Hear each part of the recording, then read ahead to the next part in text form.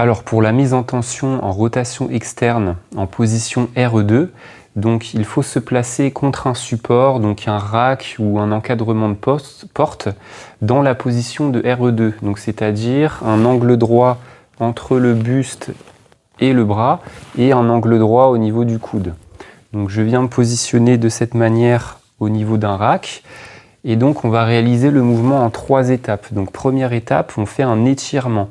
Donc je viens me pencher en avant le plus loin possible pour venir étirer mon épaule pendant 1 minute. Donc je me relâche pendant 1 minute. Une fois que c'est fait, on passe à l'étape 2, où là je viens réaliser une poussée contre le rack ou contre le support à 10 secondes à 20% de ma force.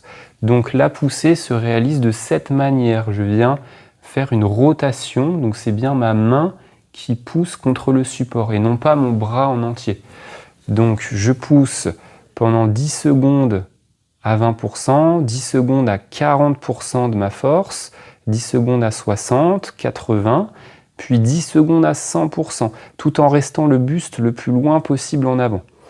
Et ensuite, une fois que c'est fait, on passe à l'étape 3 où je garde mon buste le plus loin possible en avant et j'essaye de décoller ma main et mon poignet sans décoller le coude. Le plus loin possible, j'essaye d'ouvrir la position pendant 30 secondes.